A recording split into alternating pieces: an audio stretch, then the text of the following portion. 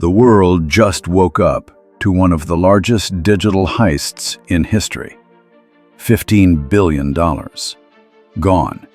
Sliced out of the blockchain like a ghost reaching into a vault. China says this wasn't the work of hackers or rogue criminals. They claim it was the United States, a deliberate attack, a new kind of warfare, not fought with missiles, but with code. If that's true, what happens when superpowers accuse each other of stealing cryptocurrency worth more than the economy of small nations? And how close are we to a digital Cold War turning hot? Digital money isn't just a tool anymore. It's leverage. It's power. Today, governments monitor Bitcoin the way they once monitored oil tankers and missile silos.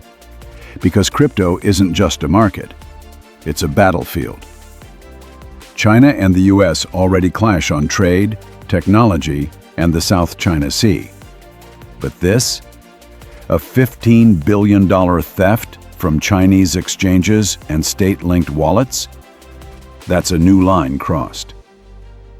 Public data shows thousands of transactions routed through mixers, cold wallets, onion-routed servers, and global exchanges. A trail that looks chaotic, but China says it sees a pattern. They say the fingerprints point toward American cyber units.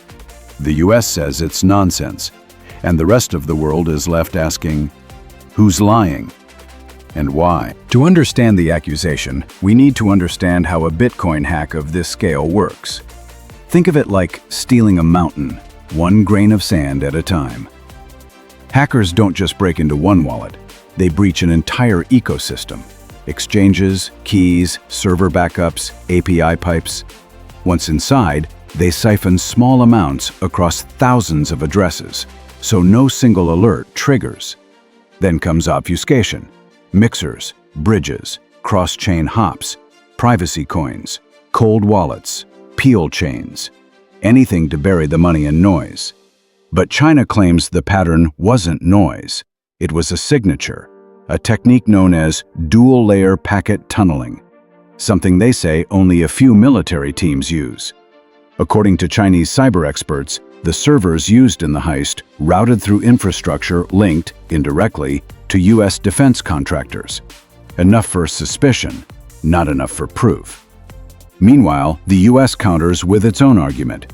If China lost $15 billion, maybe the real attacker is inside their own system, a rogue group, a rival nation, or someone who wants both superpowers to point fingers at each other. The crisis escalated the moment China went public. Accusations like this don't happen casually, not between superpowers. Markets panicked, Bitcoin dipped, Asian exchanges froze withdrawals, Western analysts went into emergency briefings. China released a 48-page dossier. The U.S. rejected it in a single paragraph. Both sides locked into opposite realities. Then came the turning point. Satellite scans showed military cyber units in both nations shifting into heightened readiness. Nothing said publicly, but insiders knew. This wasn't about stolen Bitcoin anymore. It was about dominance, trust, perception. Who controls the future digital economy? For the first time, cybersecurity researchers warned the world. The next global conflict may not start with bombs, but with a stolen wallet. The fallout is already visible. Nations are rushing to create digital firewalls, not just for data, but for money. Exchanges face pressure to reveal more information. Privacy coins are under global scrutiny. Cyber defense budgets are exploding. China is fast-tracking its digital yuan. The U.S. is accelerating its CBDC research. Europe wants its own crypto shield. A $15 billion hack became a catalyst. Because money isn't physical anymore, it's lines of code, and whoever controls those lines controls the future economy. Maybe China is telling the truth. Maybe the U.S. is innocent. Or maybe the real hacker is neither of them. But one thing is certain, the world just learned how fragile digital wealth can be. A single breach can move billions. A single accusation can shake global alliances. The digital Cold War has already begun. We're just watching the opening moves. So what do you think? Is this accusation the start of something bigger, or a cyber mirage hiding the real attacker? Tell me in the comments.